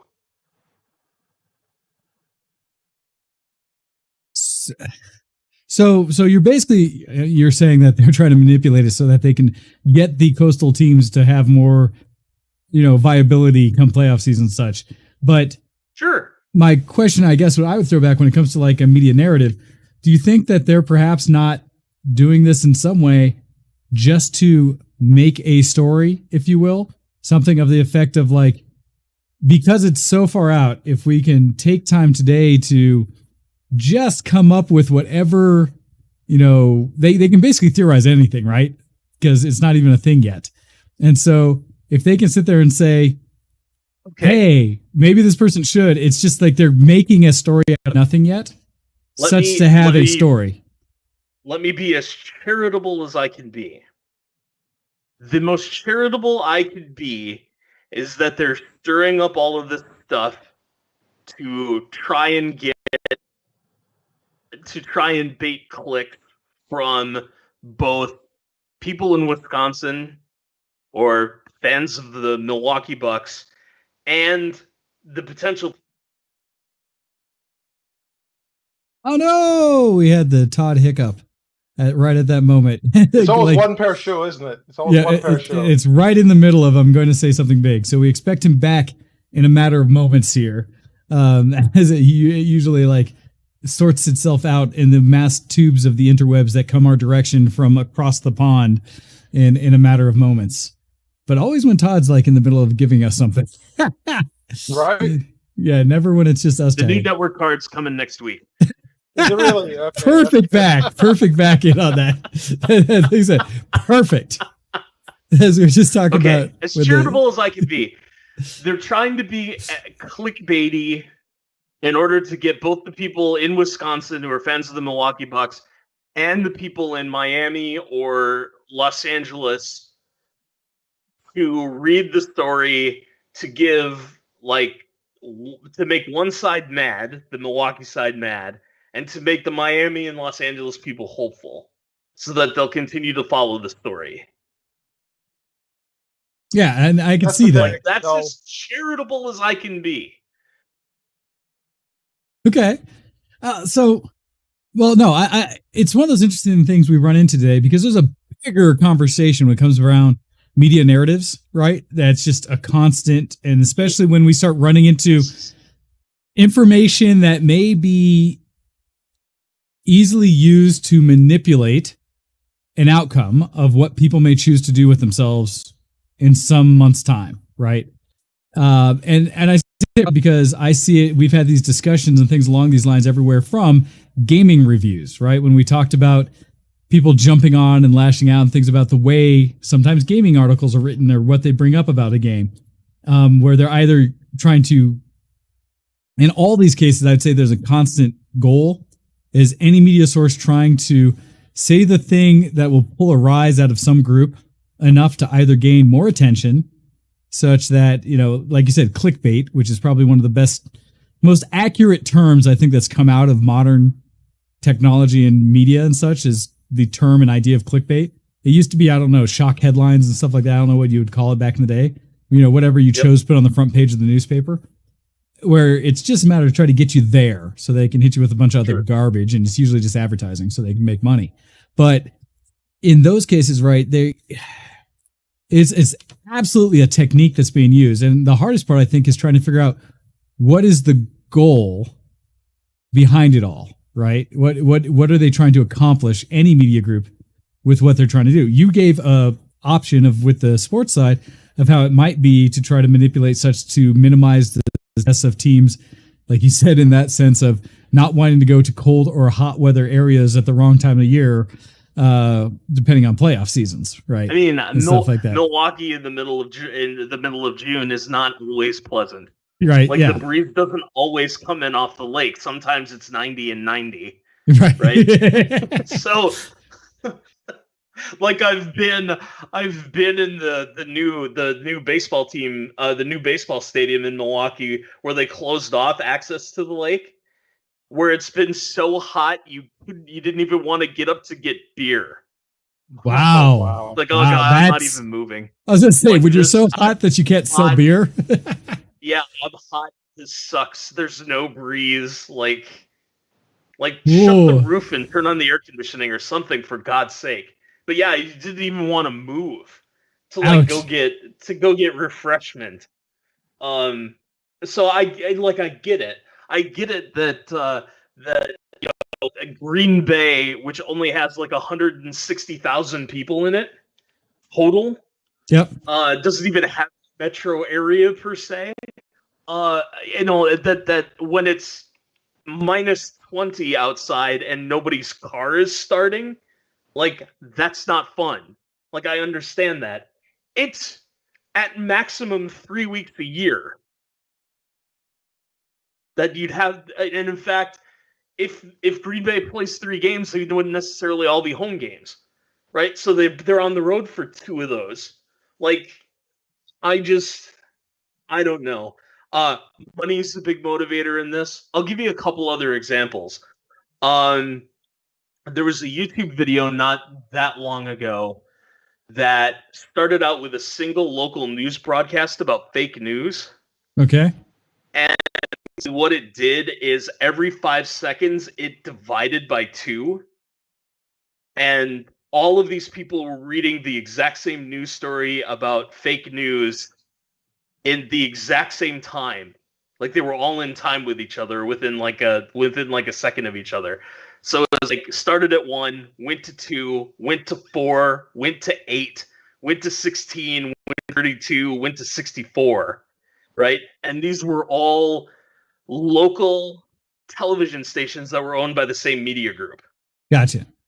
that all ran the exact same story in all of their local television markets nationwide about fake news. I'll give you one more example, and this one's gaming related. This is kind of why end of August 2014, there were 14 different articles on different gaming related websites that all had the theme that the gamer identity was dead. Yep. I remember specifically when that happened. Gamers are dead, and they don't have to be your audience. 14 ways we can kill the gamer identity. Like, why do we need gamers? And so I remember that day very well, because I was in a hotel room because I was getting the floor redone on my bathroom. Okay. So I didn't have access to my bathroom at all. So I was in a hotel room for the night, and I was watching a baseball game, and I was on the Twitter, and I started seeing all of these links to all of these articles, and they all said essentially the same thing. They had a surprisingly similarity in what words were used throughout each article, almost to the sense of not quite copy paste, but surprisingly close. No, they were at least clever enough to have written them slightly differently. What we would find out later was that, in fact, they had a secret email list where they would collude on stories together, including these particular articles. And so somebody whose name I won't mention, but who used to work for Breitbart Tech, dumped the couple of the email threads where they talked a bunch of crap about TB and other YouTubers, and they were all mad. Like, they were mad that people cared that the reporters were sleeping with marketing people from some major either peripheral companies or game companies. And like this joke in the thread, some marketing and ha ha ha. And yeah, so we have a real problem. We have a real problem with enthusiast media in particular. But Okay. But in the general media writ large as well, where there is a correct either viewpoint or fact that needs to be portrayed. The Covington High School kids, for something that's way more recent. There were a whole handful of stories about these kids that came out based on a 2-minute segment of video. You've probably seen the 2 minutes. What you don't know is that 2-minute segment of video is part of 2 hours of video in which a group of people hurled racial epithets at the high school kids. And the high school kids were doing like high school sports chants to sort of drown them out amongst themselves. Which was not the way that story was spun. It was not the way the story started, and then eventually it came back and came out a lot more the truth behind what had happened with it, and there were official like apologies that had to be issued. So that's a good point. You're right. There were a set of retractions. However, it is there's, I think, research that's been done on this. Retractions get read 1/10 as much as the original story. Yeah, you can show that as an open thing for how often just the fact that a somewhat false or misleading headline was put out there, the damage is done. That even if the next minute or the next hour they come back and say something that retracts it, and it's often the way that the retraction happens, it'll be through a very minor comment on one of the shows that comes up way at a time block that's least viewed, or in newspapers it was often done in a page several pages back in a section nobody reads. They think that versus it ever being a highlight of, oh, we messed up. Because they know if something is being put out there with an agenda, that once it's out there, they've accomplished that task. And that's why you can have people who have large audiences can say something truly outrageous. And when other groups come back and fact check or show how what that information was wrong, it never fixes the damage, right? It never actually takes away. This is also happening with that new Netflix film Cuties. That one has had some odd back and forth on it that I have not myself researched much into it because the whole situation creeps me out in a way that I'm trying to keep hands off. Like, I don't want to know more. I'm trying to stay away from it as well. It's something that the Mistress of Giggles is plugged into a little bit. Yep. And people are criticizing this film without ever having seen the film. Yes, I do know that happened, and it was a lot of through how advertising happened, but I also heard more about it, and it's again when I'm like, not my space to want to even mess with. And the challenge I've had is I've seen so as an example, say Fallout, regardless of the details of that specific show or whatever they have on there, is some of the fallout though, right? Because the media hit in such a way that in the US, it was advertised as being a thing that in a political environment where certain groups have been identified or thoughts are happening about, call it a lot of high level conspiracy theory that's been popularized right now, or has been mixed into legitimate concerns about protection of kids around the world. Yep. But in doing so, it's made it kind of this hyper beyond just the cut facts that's out there and what people are reacting to. I watched a person who said, he showed a clip from it or whatever on his feed and said, this is disgusting. Because this exists, I am canceling all my Netflix account kind of stuff. We'll never go back to it. And anyone who supports this needs to unfriend me because it's horrible, right? An example of people doing the response of cancel, right? Cancel culture, that kind of response of something is bad and therefore everything associated must die because everything must be equally bad. And those kind of hyper extreme responses. And that happens in these cases, right? That this example where there's one to this one, to you name the instance of something over the top being presented that's maybe not factual. But again, the damage is done. You now have people that are going to only hear that. And anytime people come back and try to show facts as to why that thing that was shown was wrong, they're going to find a reason to ignore that fact because it fits their narrative. It fits their idea of what they like. Say what you want to about Tim Pool, but Tim Pool talked a lot about that kind of thing. Like he worked for, I want to say Vox for a time. And it may not have necessarily been Vox, but he worked for Vox for a time. He worked for some of these more notable online media outlets. And at what point they came to him with instructions to fabricate the narrative that they wanted to tell that was going to be more profitable for them. There was the Veritas video that was of a chief news correspondent for ABC.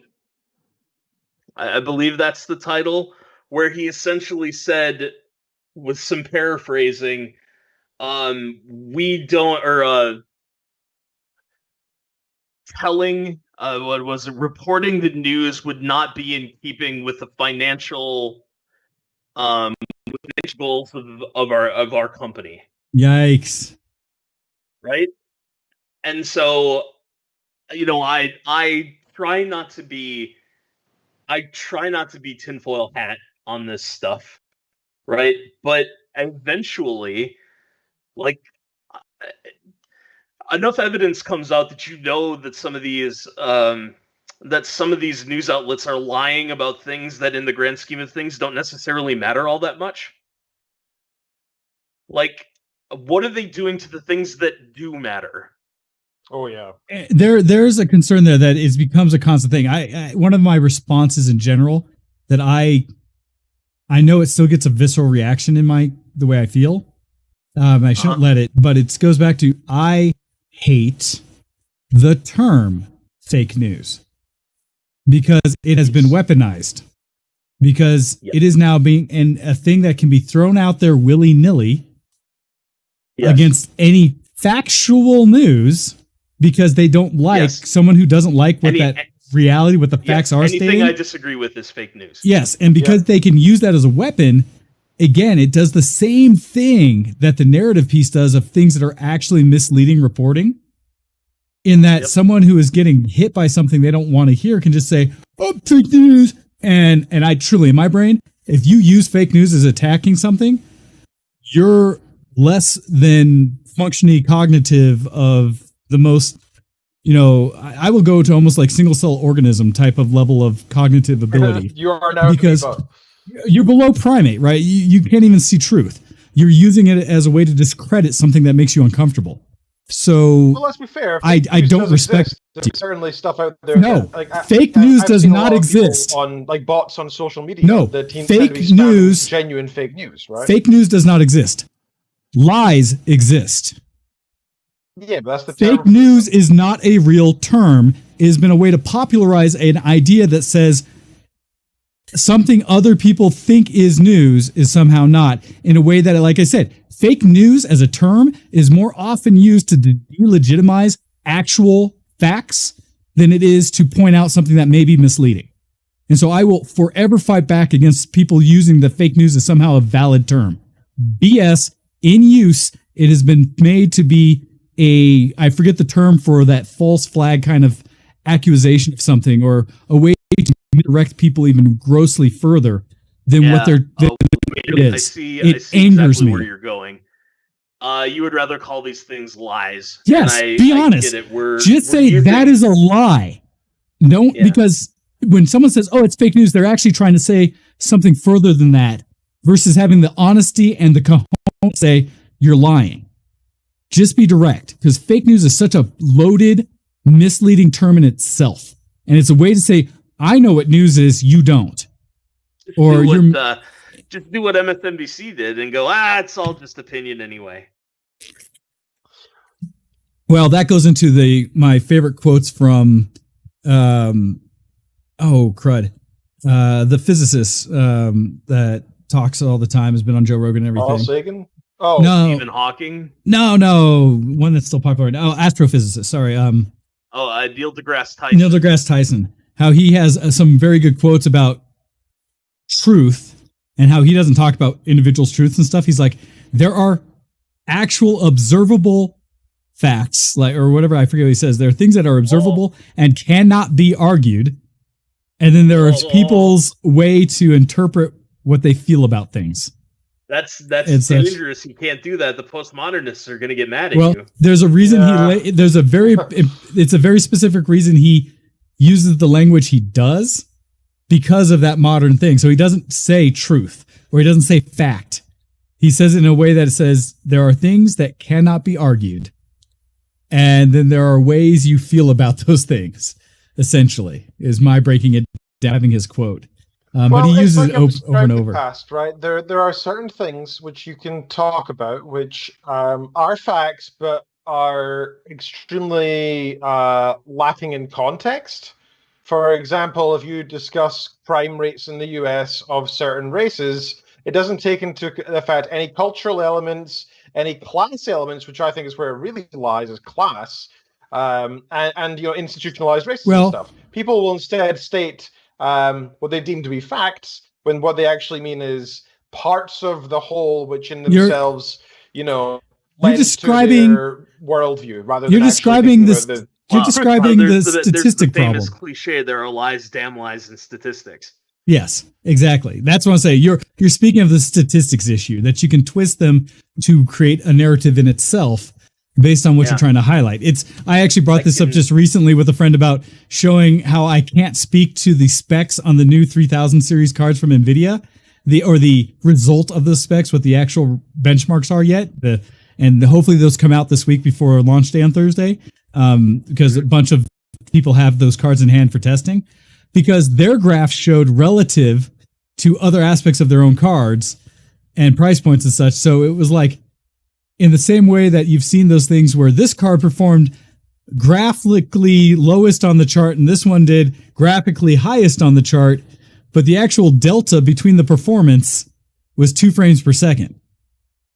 But because I zoomed into the graph at that point on it, whoa, they're massively out of whack. That's right. It's perspective in those cases. So anyhow, it's in general, right? Those are some of those things that, if, as we're getting towards the end of the show, there's a thing that we can look at as a wrap up of this kind of thing. For me, from what I've heard, like the whole conversation from originally talking about the sports narrative and what people might be saying to push an idea towards what we've seen in game journalism, what we've seen in political news and stuff that's happening everywhere. My lesson, or the thing I put out to people, is to always look to the source and try to think about why. I still will always say, if you can follow it, probably the most telling is money. Who stands to gain? Who will make money from whatever information is being put out? And often if you can change that up. If it's a magazine you follow or website you follow, who owns them? Where do they get their money? So, if it's a news organization. This is where I think I would like to take at least a little time out to shout out to Rising on the Hill YouTube channel. Okay.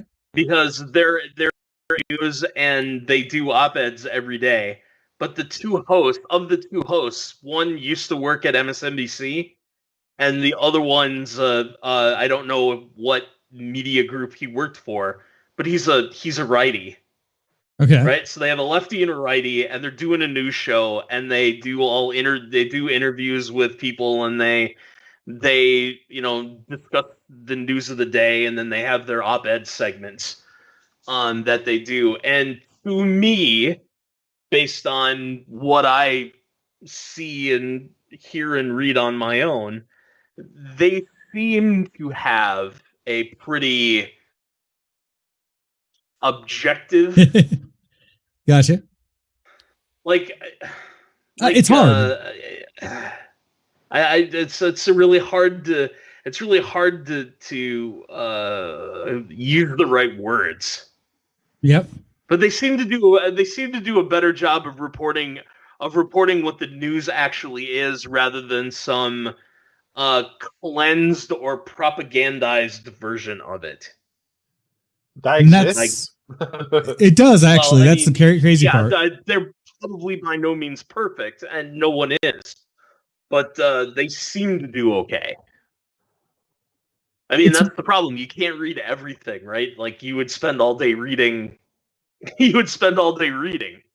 Yes. Well, that's the idea, is that they should look at the initial sources of information, be it them attending a news conference in which political leaders are telling them things, or being on the site of certain activities and then reporting back and filtering for us all the information down to the key points. But the problem is they often do it they filter it with what they have in political mindsets rather than actual facts and business mindsets.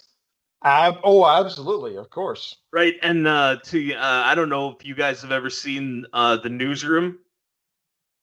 At some point, yeah, I have. Yes, yeah, I recognize it. Yeah. There was I think it was Jeff Daniels, Bill McAvoy, who makes the statement, like, the biggest mistake that we made was giving the broadcasting companies free access to the airwaves without requiring news to be profit free. We used to have that back in the day, right? Way back. The news was supposed to be just a factual thing. It was a requirement. 1979, 69. It's been a long time. And it's something that we still have in other countries, have some form of it. And it's one of the things I'd love to get back to. It's one of the weirdest things is a lot of things people complain about, oh, that would never work. The U.S. actually used to do. It's like, but it did work. And then we let companies profit further because this whole, that's so don't tell me it can't work because it has. It did. Yeah. It's so unfortunate. I was looking for the link real quick online. There's been various versions of it. Yeah. Here's the one that I always think to that I appreciate, where you may disagree, and that's okay if you disagree. But when it comes to news, and as you talked, Todd, about sources you've seen, the scale of essentially trying to find sources and where their bias may lie, I've appreciated these charts that are out there that speak to, for the variation of how often they provide just factual information versus not, and how left or right leaning, at least from the perspective of a U.S. perspective, or sure, I guess certain resources can be of places to go find information. From a U.S. perspective, because I have not seen any left-wing party here yet. Well, so that's the thing, right? From a world perspective, relative to you, we're all either righties or flaming fascists. Yes, and that's something for people. Sadly, that's the state of the Republican Party at the moment. Which, from a world perspective, for people who don't know, the entire United States political spectrum that you can watch day to day leans heavily right from what the global sees as left and right issues. Like, we don't have a major political body in the U.S. that even lies left of center in the United States. And though it's interesting for me to have these conversations with my Aussies and stuff like that, because they're like, you're all insane. That includes the entire world, or even just Europe. Yep. So be aware, people out there, where some of these various things exist. And one of the biggest challenges I have, Bernie Sanders is not the revolutionary that you think he is. Or he is the revolutionary that you think he is, but only in a very, very small corner of the world. He's a classical socialist. He isn't Stalinist, like some people think he is. He's just not crazy right wing. No, he's not a Stalinist. He's not a Trotskyite. He's none of those things. Right? Nope, nowhere near. Right. And branding of him, that's not like I think he's great necessarily. Yeah, either, you can have but, your arguments about what on you know, issues. to paint him as a communist is a political tactic birthed in the 1950s, and in fact even earlier, the 1940s. Yeah, when we used to round those people up. Absolutely. So Yeah. Seriously, right? So I do put that out there because thankfully we have a worldwide audience. As you know, as intimate a group as we have as people who follow Show X, and thank you all of you. I can point to people in our chat who are more, in a way, we're probably balanced right now of less actual U.S. citizens in our chat than the actual, or very balanced towards. And so I invite U.S. listeners and people watching, especially those on Facebook and stuff like that, to reach out and find some people from other countries just to ask them what their view of the U.S. is, because it might give you some perspective, right? It blows my mind how U.S.-centric U.S. people are. We are the worst from any country I've observed, to the point where we have seen narratives created that say things that we are now suffering that, oh, by the way, the rest of the world suffered first, were plots just to affect us in the U.S. and only matter how it affects us in the U.S. And so, like your discussion earlier about why is the European Union looking to build a military, something like that, in some cases because the U.S. is no longer world focused and the U.S. isn't looking to protect the balance of the world. So other countries are feeling like they have to protect themselves, because we've had a whole lot of nations who have said, we won't nuclearly arm or we won't get missiles because the U.S. has our back. And they now actively in open sources have stated, without using the word U.S., our major allies we can no longer rely on for our national border protection. So we are now seeking our own defenses. And most people in the world don't. Before. I'm well, still not even just. It's not even just that one, right? It's so there are only two pieces of American foreign policy that are sacrosanct, right? The Monroe Doctrine and us, and the U.S. Fulfilling its treaty commitments. Yeah. And like if we lose one of those, not to make this a deeply political conversation, but if we lose one of those, we're done on the world stage. Like that's it. It's over. I would agree. And that's actually one of those things when people talk about why are certain things politically in the U.S. so important right now? Because I believe we're closer to losing some of that than most people realize. And once the U.S. loses that cred, essentially that world credibility, I don't know what it takes to get back. And we basically open the door to all those people who love to walk around with the against the U.S. flag code flags on their sleeves, shoulders, and face. We're going to be shitbags to the world if we don't actually look at what decisions we're doing affects everyone. And all of a sudden, the idea that people are just going to turn away and the Chinese yen or something is the actual currency of value, and people start speaking more Mandarin because the U.S. is crap and nobody wants us anymore, all of a sudden you're going to realize we are not self-sufficient. So, warning to the world. You heard it here. The last 9 months has taught us that. Right. Sorry. And like if you needed an object lesson in it, then the last 9 months has taught us that. Ken's going to take us home in just a minute, but in honor of my AM radio roots, I'm going to give you a teaser for next time. That's not really a teaser for next time. It's 100% I won't be here. fake. But I'm going to do it, and then I'm going to turn it over to Ken to take us home. So, coming up next week, how Elon Musk's alt-right ties make him the wrong person to take us to Mars. Take us home, Ken. Oh, that's interesting. And I kind of agree.